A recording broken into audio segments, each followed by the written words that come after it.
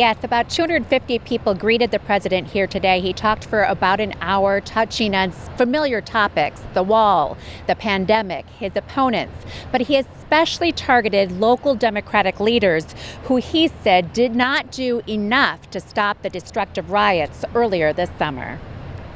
78 days. We're going to win this state. We're going to take back the White House. The president quickly turning from calls for his re-election to attacks on Democratic presidential candidate Joe Biden, his running mate Senator Kamala Harris, even 2016 opponent Hillary Clinton.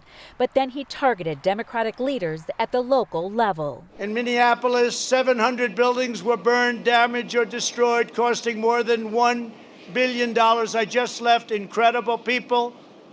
We were on a runway like this, and I introduced them. Their businesses were burned down, gone, and they don't know what they're going to do, but we're going to try helping them to get them rebuilt. Now, the president, who admitted he couldn't see his teleprompters, shifted from topic to topic. On the economy, he said strategic tariffs and the trade deal with Mexico and Canada have been good.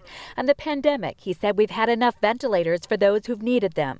And on immigration, he said they've built 300 miles of the wall. He also addressed the post office and the need to support police.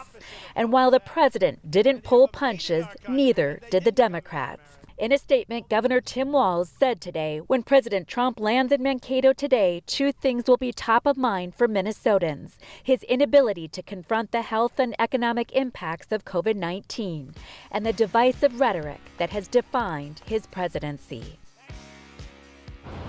Now, those who have followed this president know about his speeches and his rallies. This rally seemed to have followed a familiar script in terms of both his talking points and specifically how he addressed those issues. But again, this crowd here seemed relatively pleased at what they heard from the president, and he hopes that this is a critical win for him coming up, obviously, in November. Randy, back to you.